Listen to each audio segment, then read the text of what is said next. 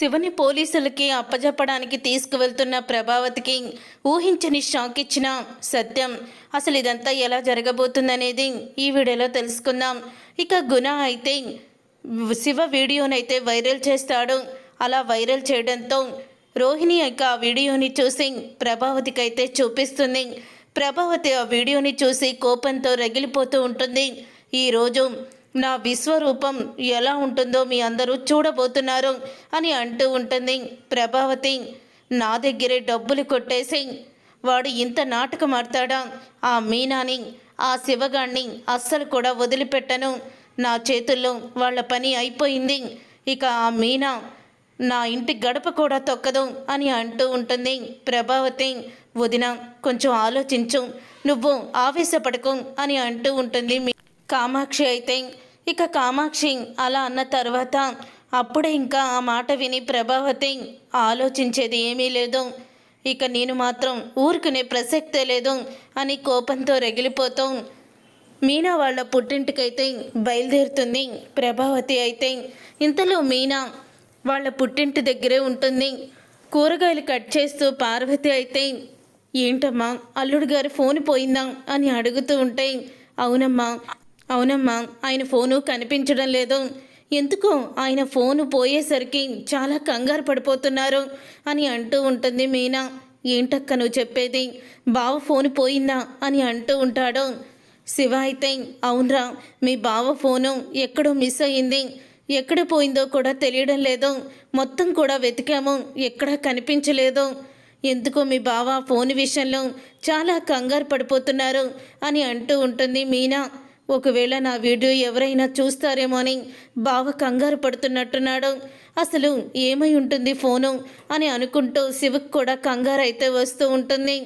బావ కంగారు పడుతున్నట్టే నాకు కూడా భయమేస్తుంది.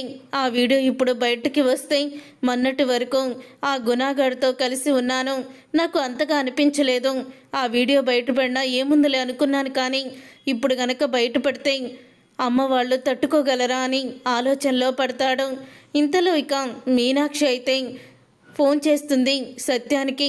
ఇక ఫోన్ చేసి అన్నయ్య ఇలాగా శివ తన డబ్బులు కొట్టేశాడని సోషల్ మీడియాలో వీడియో చూసి వదిన కోపంతో రగిలిపోతూ మీనా వాళ్ళ పుట్టింటికి వెళ్ళిందన్నయ్య. అక్కడ ఏం గొడవ చేస్తుందో ఏం చేస్తుందో తెలియడం లేదు. మనిషిని చూస్తే చాలా కోపంగా వెళ్ళింది. ఎలాగైనా వదిన్ని నువ్వే ఆపాలి, వదిన కోపాన్ని కంట్రోల్ చేసేవాడివి నువ్వే, నువ్వు కూడా వెళ్ళన్నయ్యా అని అంటూ ఉంటుంది. అప్పుడే ఇక సత్యం అయితే సోషల్ మీడియాలో వస్తున్న శివ వీడియోని చూసి షాక్ అయిపోతూ ఉంటాడు. అసలు శివ ఎందుకు ఇలా చేశాడు అని అనుకుంటూ సత్యం కూడా బయలుదేరుతాడు. తరువాత ప్రభావతి అయితే రే శివ అని అంటూ కోపంతో రగిలిపోతూ వచ్చి ఇక శివనైతే కొడుతుంది. అది చూసి ఇక మీనా అయితే అత్తయ్య ఏంటి మీరు చేసే పని, ఎందుకు నా తమ్ముడిని కొడుతున్నారు అని అడుగుతూ ఉంటే నీ తమ్ముడు చేసిన నిర్వాకం చూడు, అయినా నీకు తెలియకుండా ఎందుకు చేస్తాడులే అని అంటూ ఉంటుంది ప్రభావతి. అప్పుడే రోహిణి అయితే వీడియో చూపిస్తుంది. ఆ వీడియోలో శివ తన దగ్గర డబ్బులు కొట్టేయడం గుణతో కలిసి చూసి షాక్ అయిపోతూ ఉంటుంది. అప్పుడే ఇక రే ఏంట్రా ఇదంతా అని అడుగుతూ ఉంటుంది. పార్వతి ఎందుకు చేసావురా నువ్వు అని పార్వతి కూడా కొడుతుంది. అమ్మని నువ్వు ప్రశాంతంగా ఉండనివ్వరా నువ్వు అని సుమతి కూడా ఇక శివని కొడుతూ ఉంటుంది. అప్పుడే ఇక ఆపండి మీ డ్రామాలు అని ప్రభావతి తిడుతూ ఉంటుంది. అప్పుడే ఇక మీనా అయితే ఎందుకురా ఇలా చేసావు నువ్వు అని నిలదీస్తూ ఉంటే నేను కావాలని దొంగతనం చేయలేదక్క. ఆ రోజు వీళ్ళు నా బ్యాగు వెతికి నన్ను అవమానించి నా మీద దొంగ అని ముద్ర వేశారు. మన కుటుంబాన్ని కూడా వీళ్ళు నవ్వుల పాలు చేశారు. వీళ్ళు చేసిన అవమానం తట్టుకోలేక నేను ఆ రోజు డబ్బులు కొట్టేశాను తప్ప ఆవిడ డబ్బులు కొట్టేయాలని దొంగతనం చెయ్యాలని నేను అనుకోలేదక్క, నన్ను క్షమించక్క అని అంటూ కాళ్ళ మీద పడతాడు. మీనా కాళ్ళ మీద. శివ అయితే అప్పుడే ఇక రే శివ లేరా అని అంటూ ఉంటుంది మీనా. ఇక చాలు మీ డ్రామాలు, ఆ రోజు నువ్వే నేను ఇలాగ వడ్డీకి డబ్బులు కట్టడానికి వెళ్తున్నానని మీ తమ్ముడికి ఫోన్ చేసి చెప్పుంటావు. ఉదయమే డబ్బులు కొట్టేసే ఆవిడ దగ్గర మనల్ని ఇంతలా అవమానించింది కాబట్టి తనకు కూడా అవమానం జరగాలని నువ్వు తెగించుంటావు అని అంటూ ఉంటే ఇక ఆ మాట విని అప్పుడే ఇక మీనా షాక్ అయిపోతూ ఉంటుంది. ఏం మాట్లాడుతున్నారు అత్తయ్య? వాడు చెప్తున్నాడు కదా, వాడికి జరిగిన అవమానం తట్టుకోలేకే అలా చేశానని. మరి మీరు కూడా అలాగే కదా అవమానించారు అని అంటూ ఉంటుంది. మీనా, ఏంటే మీ తమ్ముడు తప్పు చేస్తే నీ నోరు లొగిస్తుంది? అసలు ఇలాంటి వాణ్ణి ఊరికినే వదిలిపెట్టకూడదు. రే, నా 1,00,000 రూపాయలు ఇవ్వరా అని అంటూ ఉంటే, మీ 1,00,000 రూపాయలు ఆ రోజు మా బావ తీసుకువచ్చి మీకు ఇచ్చేశాడు కదా, మీ డబ్బులు మీకు నేను ఆ రోజే ఇచ్చేశాను అని అంటూ ఉంటాడు. అంటే ఈ విషయం వాడికి కూడా తెలుసా అని అంటూ ఉంటుంది ప్రభావతి. తెలుసు అని అంటూ ఉంటాడు శివ.